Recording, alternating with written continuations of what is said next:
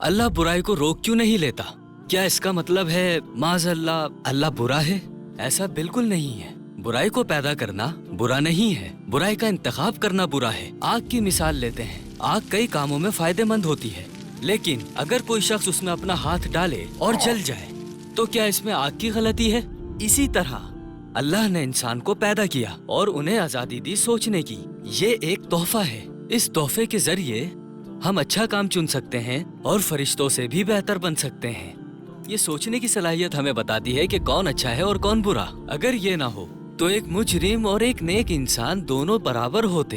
तो सोचने की सलाहियत बुरी नहीं है। अगर बुरा है तो उसे इस्तेमाल करने का गलत तरीका, जिस तरह आग की मिसाल दी मैंने। तो ऐसे ही अल्लाह अगर हर बुराई को रोक देता तो फिर जिंदगी असल इम्तिहान ना होती। सोचा आप किसी को तकलीफ पहुंचाने की कोशिश कर रहे हैं, लेकिन कोई चीज आपको फौरन रोक लेती है, तो हर कोई यकीन करेगा कि अल्लाह है ना? लेकिन वो ईमान से नहीं, बल्कि इसीलिए कि उन्होंने मौजज़ा देखा। तो अगर ये इम्तिहानात ना होते तो फिर ये बहुत आसान होता और नाइंसाफी होती। मुख्तसरन ये समझने की सलाहियत पैदा करना बुरा नहीं, बल्कि उसका गलत इस्तेमाल करना बुराई है। इसीलिए इंसान ही है बुराई का जिम्मेदार, अल्लाह नहीं। ये वीडियो उन दोस्तों से शेयर करना मत भूले जिन्हें ये सुनना चाहिए।